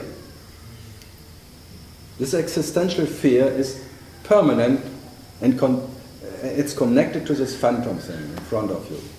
God knowing himself, instantly existential fear. That is the root of all ideas of love and hate and fear and not fear and anything. This first God who exists. From there everything comes. When you want to know the cause of everything, that's the cause. The cause and the origin of all that what you don't like. But you are in spite of it. Prior to that, you are. Never because. The Para-Brahman doesn't need to know Brahman to be Para-Brahman. And Brahman needs to know Brahman. And Brahman already has to create circumstances that Brahman can exist. Then all that circumstances, the state coming out of that first idea of I, the first Brahman, creator. The creator needs to create. Without a creation he cannot survive. And now the creator becomes a little creator and can survive only in creating suffering. In this relative little bastard form. I just can point it out. I have no intention to get rid of it or something. I just can point out that in that you will not find the peace you're longing for. What you are cannot be found in any of that. Neither in this body, neither in the impersonal spirit, or in the awareness of whatever kind of light, you will find the peace you're looking for. The peace you are here now, or never. And never needs any special circumstance or state to be what it is. And whatever needs a special definition of what it is, for sure is relative. And it's not satisfying you. So being what you are is satisfaction in nature. And that satisfaction cannot be taken away, and it's absolutely independent of the way you realize yourself. So it's never because of any special circumstance of knowing or not knowing or any understanding at all. And there's for sure no daily life in it. And no one wants to put you in a wellness life by understanding. So be what you cannot not be, and that is cannot be achieved by anything. So be the sheaf, which can never be achieved. So Shiva is a sheaf, and now Shiva wants to achieve himself. A Shiva. But the Shiva is not that what is Shiva. It's like the same as our nature. The light of Shiva is not the nature of Shiva. It's the light of Shiva. But the nature of that light is Shiva, but the nature of light is not light. So even light is simply an experience, what you call light. Because you cannot even call the absolute light. It is neither light or not light. It's absolutely unknowable for itself. The absolute unpronounced and unpronounceable. But it is pronouncing itself in everything. So what to do? But the absolute pronouncer, or even pronouncing the pronouncer, can never be pronounced by the pronouncer, which is already a part of pronunciation. So what to do?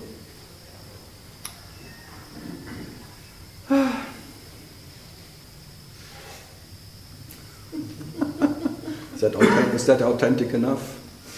Be that what never needs to be authentic. It's always authentic, because it doesn't need to be authentic.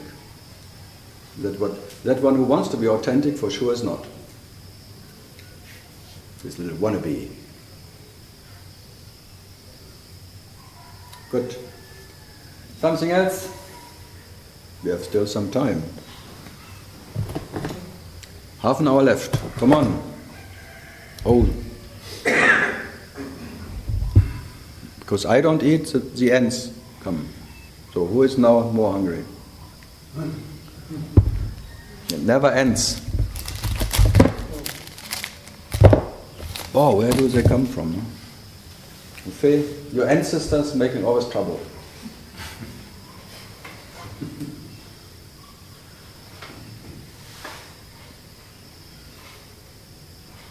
Who's biggest one? Andrew.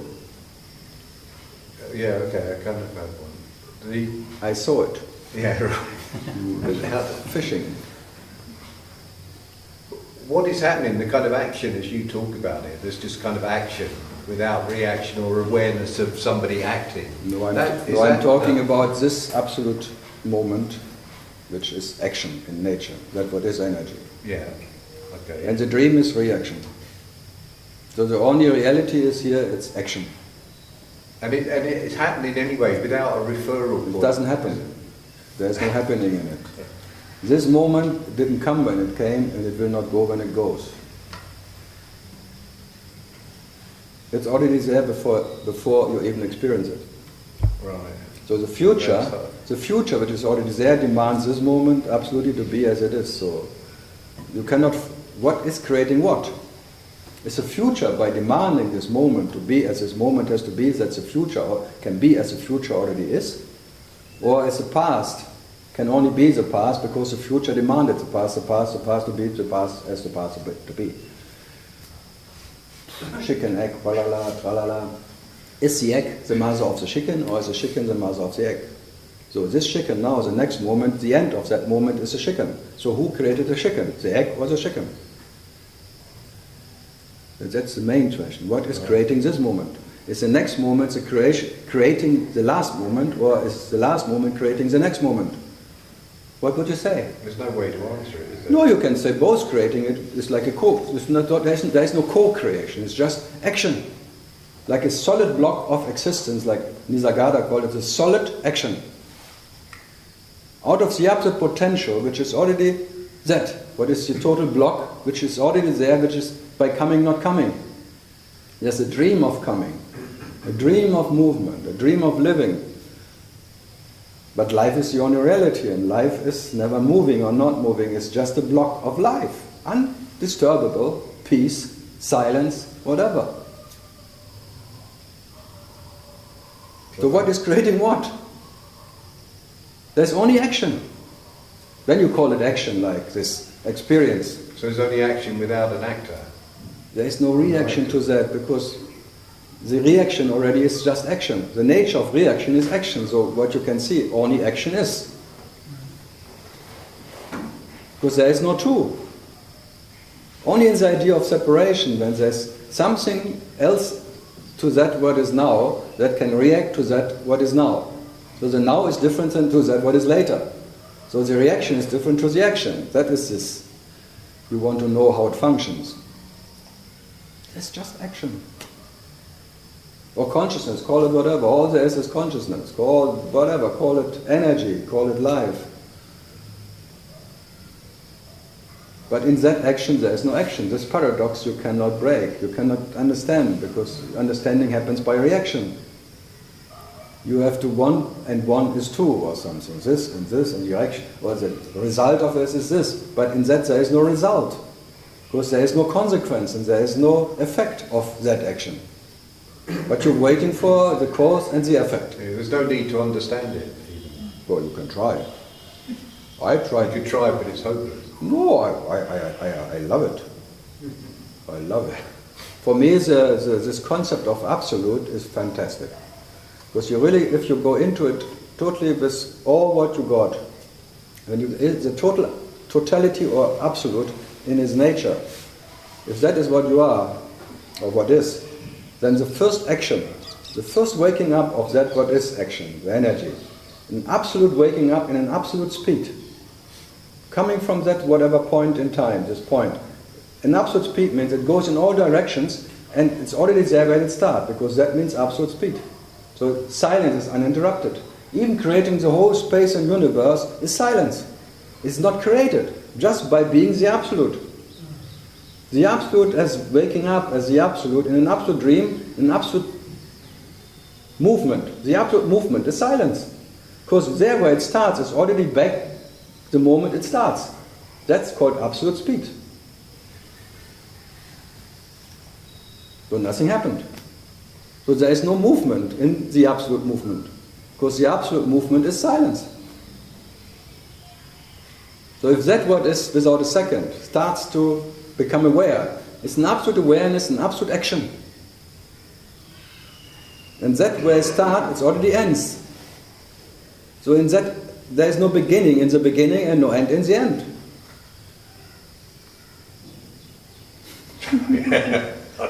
Yeah, come on. Well, no, I mean, it's so easy to understand. Yeah. If I can do it, if I can do it, come on.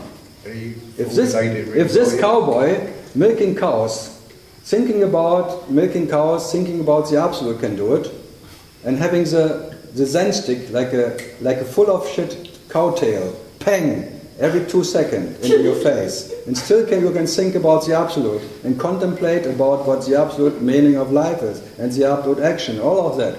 Come on, then you can do it as an English guy. You don't realise how useless we are. Everything just is because it is. Everything just is because it is, and it's as simple as that. No, the absolute doesn't even have to be to be.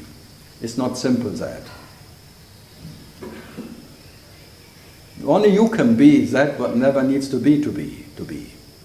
That is not part of your intellect, because the intellect needs something to understand. So just to be is intellectual understandable.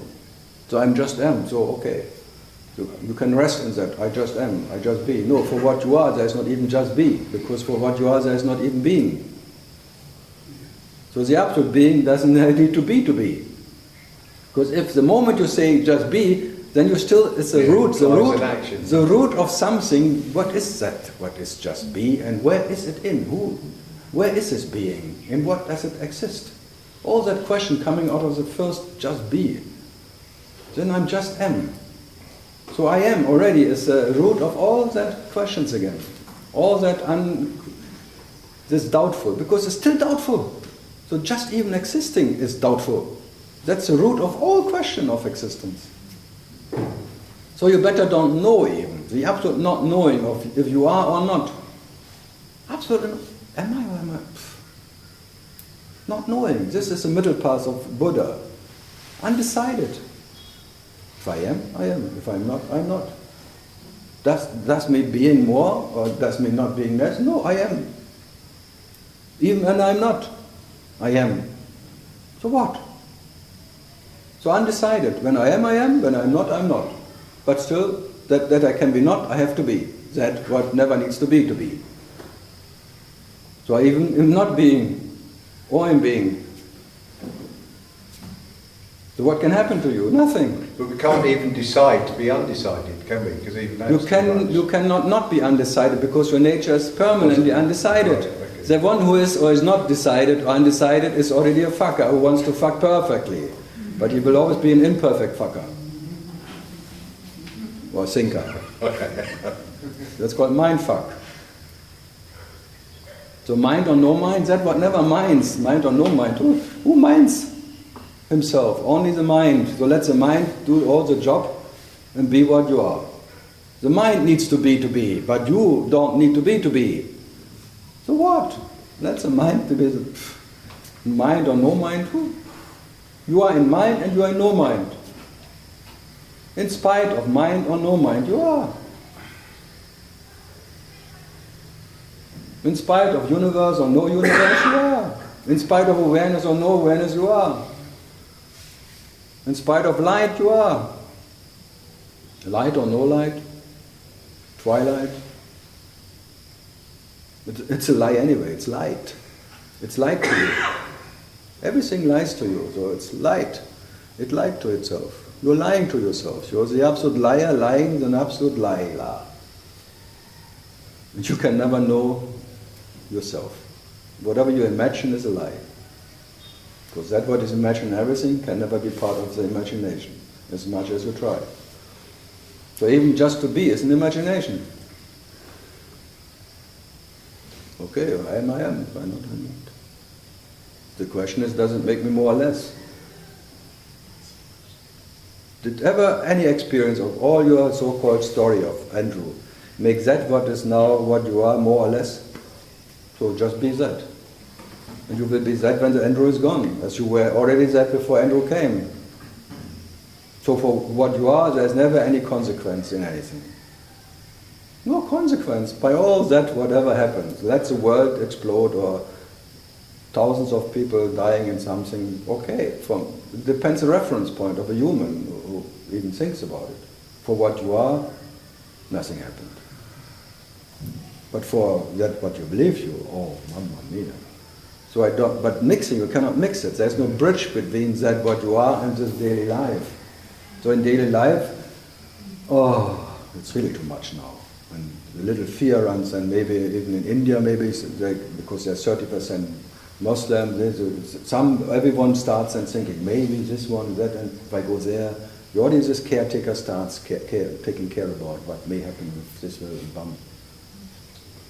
Okay, what to do? That is this way is caring about maybe we are going out of the bullets who may come or not. But for what you are, does it make a difference? And now if you relax in it, or if this one doesn't fear, does it make that what you are more? If it fears or doesn't fear? If it thinks or doesn't think? If it believes or not believe? Or if it's awakened or unawakened? Does it make you more or less if there's an awakened phantom in front of you? Who always tells his friend how awakened he is? And has to prove it to everybody. Look how awakened I am. Look, I don't care anymore. I gave up the church. I don't care anymore. I know myself now. I realized my true nature. Oh, another one who realized his true nature. Oh, now he wants to share it. Oh, mamma mia. It's called sheep sharing. I would say, spare me. Hey, spare me with your sherry. Give me a sherry. Huh? But what are they giving that the people Nothing are they give. coming to them? No one comes. Two greedy bastards meeting. Yeah, greediness is not a meeting of truth, it's a meeting of greediness. One who wants to share and sell something, another one wants to buy. That's called satsang these days. Yeah. It's like, that's why I never call it anything. I don't call anybody. So I don't call it anything. So what to do? When dog is a dog. And everyone, when God knows God, dog, just the opposite. And then he becomes dogmatic. And doctrine. It becomes a doctor, it's the worst. God becomes a doctor who tells you, I can heal you. A doctor. Good. But why not? Huh? Little dogmas. Or when God becomes a dog, and then it becomes a lingam, a dick, so it becomes a dictator. And he wants even to dictate his own creation. He wants to control everything, this little dictator. It must come from England, because there are only Tom, Dick and Harrys here.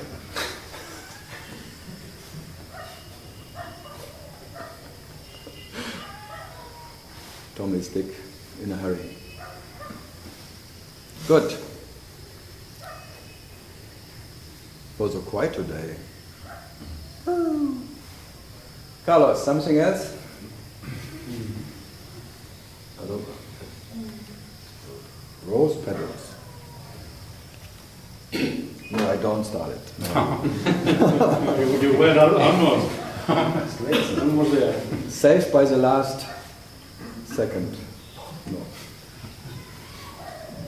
No, the best is how to destroy the guru, that you don't need to destroy the guru. That destroys him instantly.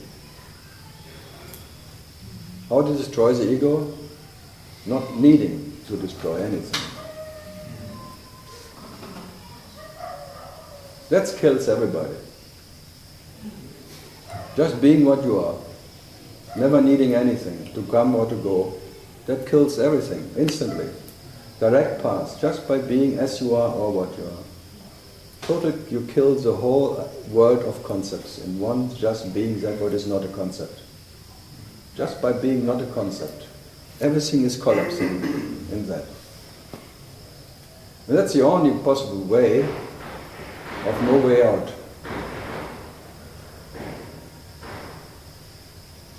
And that you are every night, so you're an expert of it. And every morning you're falling in love with that bullshit again. So master of realization.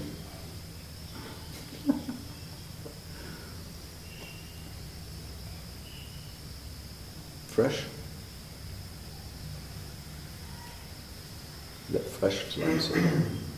So, what can I not do for anybody? You're from? States. States. From where? Last place I lived is in Hawaii. Ojai. Ah, next to Jiddu. Jiddu. Krishnamurti? In Ojai. Hawaii, not Ohio. Hawaii. Ah, I said Ojai. Hawaii. Maui. The waves are coming in. Must be an Osho place. Osho. waves are coming in. I mean, like, that's why waves are coming in. This is my most hated song.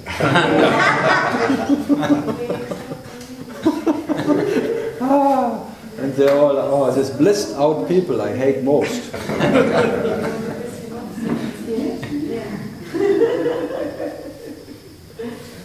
Bliss is the biggest pain in the neck ever. This bloody idea of bliss. There are blisters in the brain of ideas of bliss.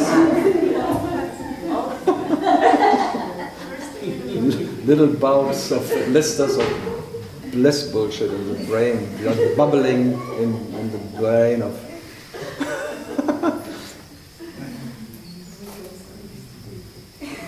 Yes? I'm wondering if some memories sometimes arising in your head. Here? Yeah. Everything. When you're alone. I am elephant, I tell you, I know everything.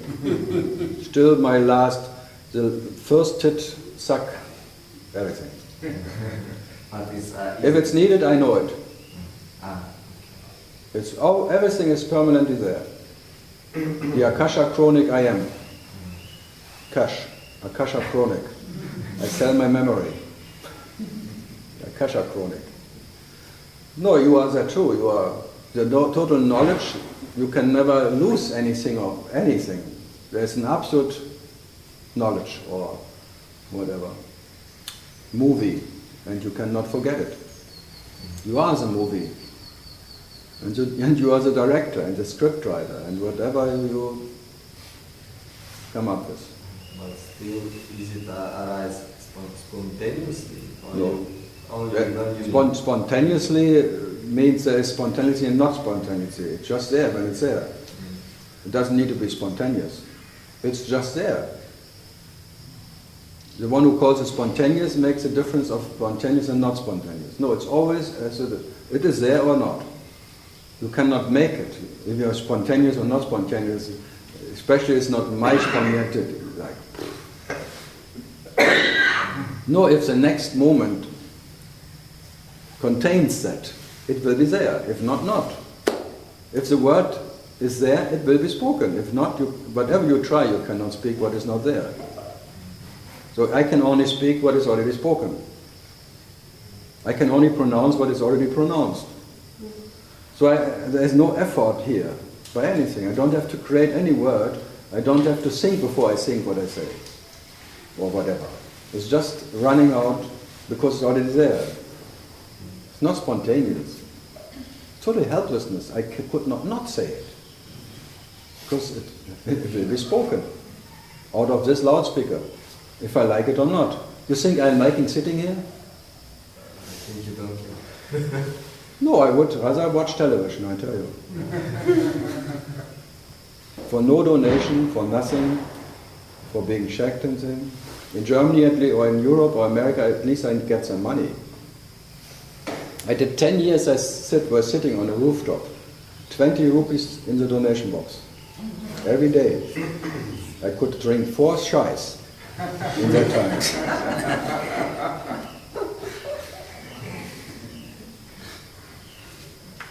So, you think that what Karl likes? Karl maybe not. Karl hates it, I tell you. But Karl is clever enough not to resist. Because resistance is futile. This is existence, and existence will assimilate you sooner or later. So Karl is just already assimilated before it's even assimilated. Very smart decision. Huh? Smart decision. No, if there would be resistance, I could not even resist resistance. It would be there. So even not to resist is in no one's hand. Karl cannot not be clever. When Karl is clever, Karl is clever. If Karl is stupid, Karl is stupid. But not because he wants to be stupid or clever. It's just an experience of Karl who is clever or stupid. And that is decided already before it's even experienced.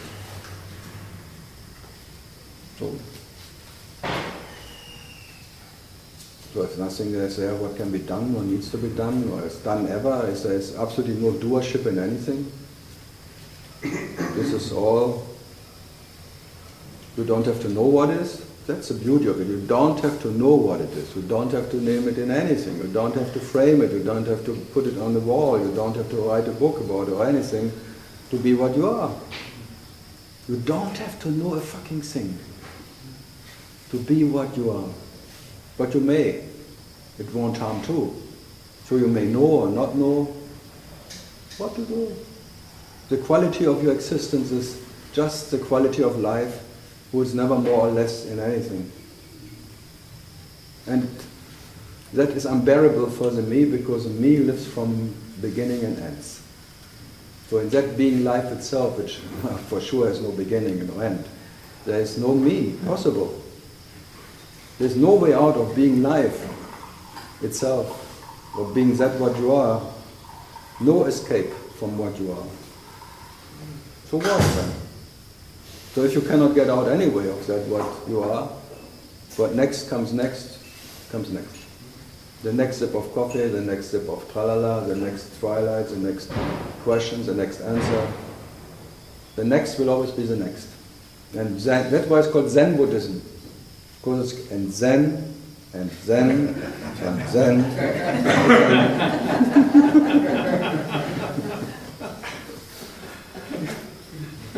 And I tell you, Zen doesn't know Zen. So there is one book from a very famous Zen master called Zen, the Biggest Lie Ever. It's like truth, or Zen, or self, whatever you call it. All lies. All of that. If Guru or Satguru is all lies. Lie, lie, lie, lie. So, you may hate yourself now. It's quite, oh, I can hate myself. What a fun. Just have fun. It's a phantom. It's not a satom you experience. It needs to be a phantom. Its name says it all. It's a phantom. You don't have to make sat ana. Make fun ana. It's all fantastic, it's not satastic.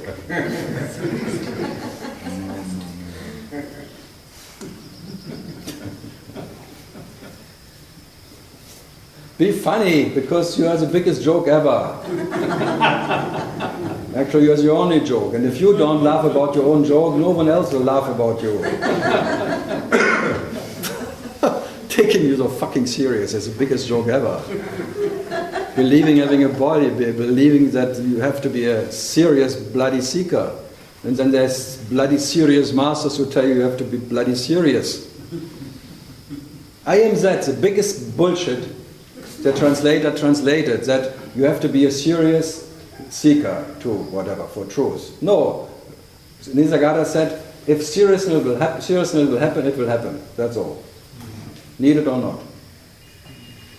But the translator made out you have to be a serious seeker for whatever.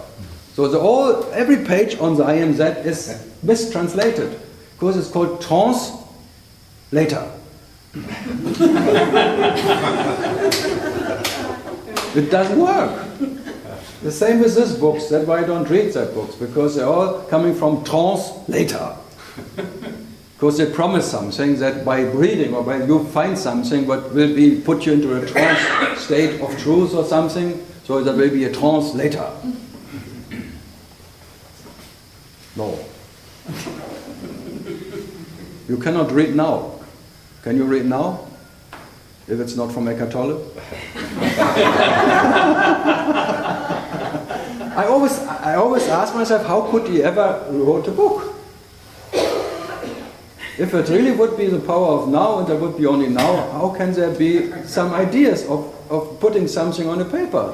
If he really would follow his own word, he should be just not saying one word anymore. He would to prove that he is in the now, because the now is too late. So because the now is too late, he wrote a book about the power of now later.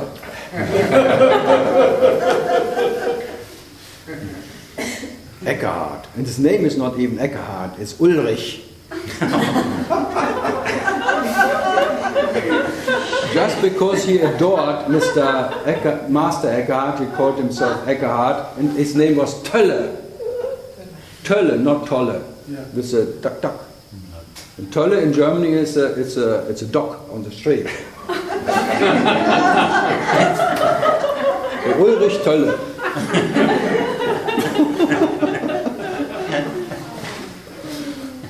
6 million copies sold from Mr. Tölle. That proves God, when God is a dog, Tölle is very hard, hard edge, hardcore. But you have books. There are books. Many books. I have now, I think 25 books in 5 different languages.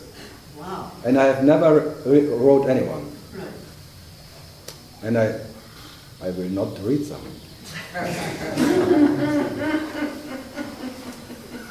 In the beginning they always were sending me the proof sheets.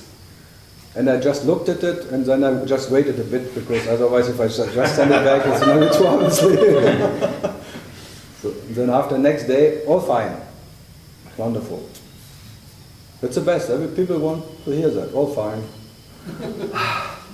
And I'm totally fine because I know consciousness takes care anyway, if I read it or not. It's already taken care about. I don't have to make an effort for it. It doesn't have to be right or truth or anything because it will be a lie anyway. It's just an entertainment. No, I like Ranjit Maharaj. When I was 95, he said, "Oh, never read books of dead masters because they're not even living ones." So much about books. No, Ramana said the same. That the books will not make you whatever. The living word cannot be put into books. So you read that in his book? What? You read that in a book? No. Not in his book. He never wrote a book. Sadhu Om. Yes. No, I read many books. I like books. I like movies. But I only expect entertainment and not some truth coming out. I have nothing against reading. Actually, in Germany, I read this yellow press. Gala or something. The dentist thing. Or Neue Revue. I love it. I like to read Sandra Bullock taking hemorrhoid cream for wrinkles. That's why she looks so like a mask, so pale and thin.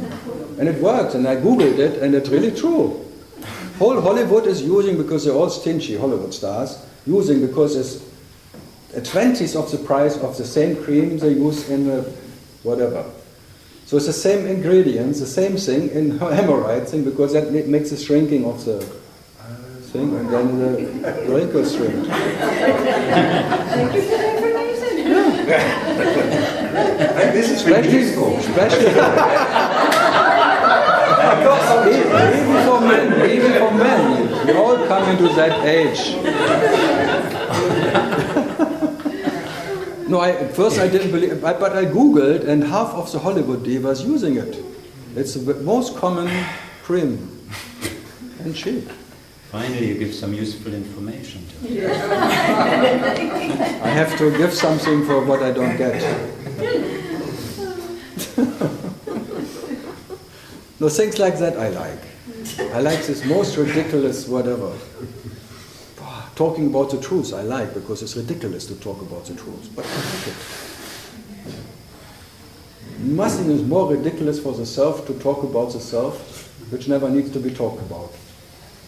Such a uselessness of existing, uselessness of talking. I love it. This entertainment of uselessness and senselessness of being. This absolute irrelevance of existence. Wonderful. So any irrelevant question left? Now that you get the secret of no wrinkles, of course not. No. Now everyone is happy. Wrinkle-free. Wrinkle-free is more worse than sinking-free or no me. No wrinkle me. Unwrinkled me.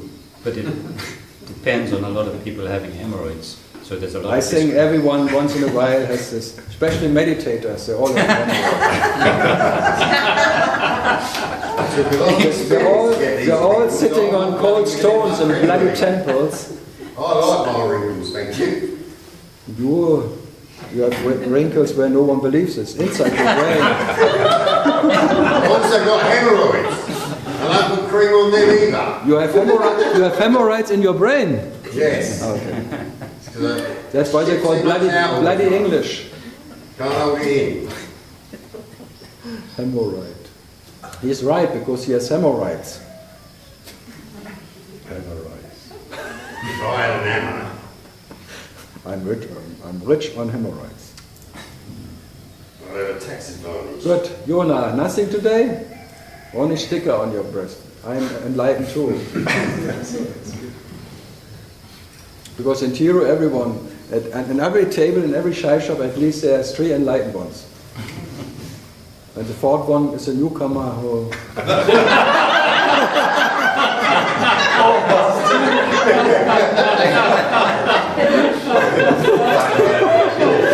It's like a new victim comes. We can tell him what Ramana meant by that and why he should be here. What's the truth about the mountain? And, wow, thanks God we have always some newcomers here.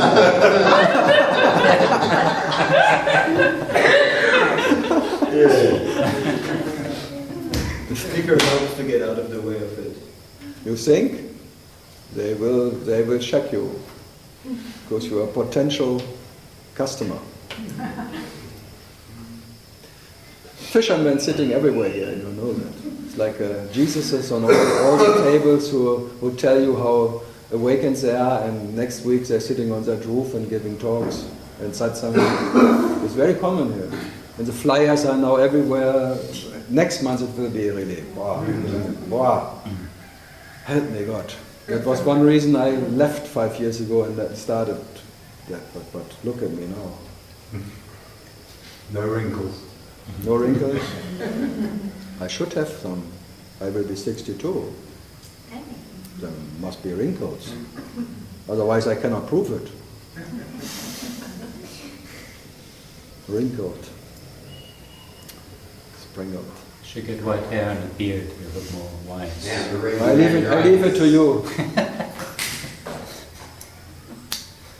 I have Carlos. There's so many who do the job for me. Looking young is quite something. Huh? What a bullshit. When you're young you want to look old, and when you're old you want to when you're 14 then you only want to be, and when you're, it's never right. It's fucking always hell. But so, maybe a question from India? No. No? All good? Good. All good. No question? No question. Anything else?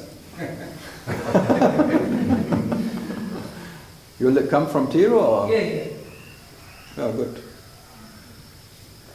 Yeah, I spent more time in Tiru, I think, than on my home farm. No. Every year, 5-6 months or something. More in any other place on earth. Fuck it, I'm more Tiru than ever.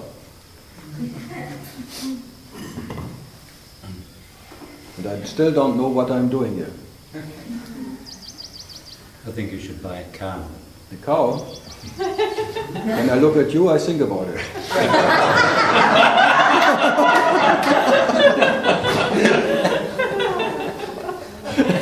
It's always dangerous to talk to me like that.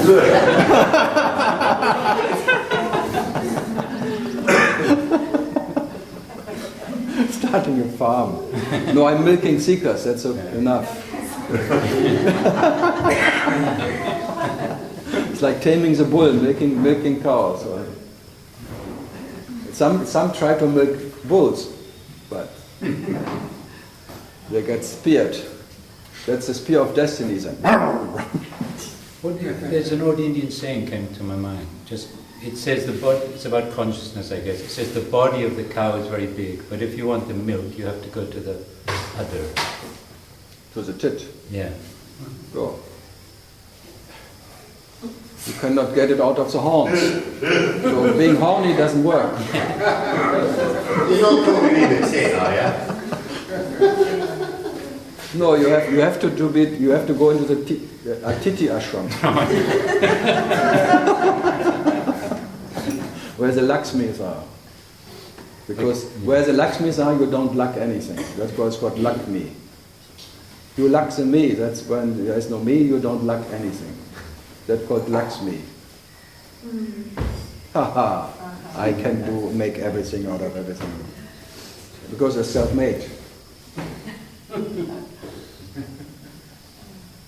If I cannot do it, who else can do it?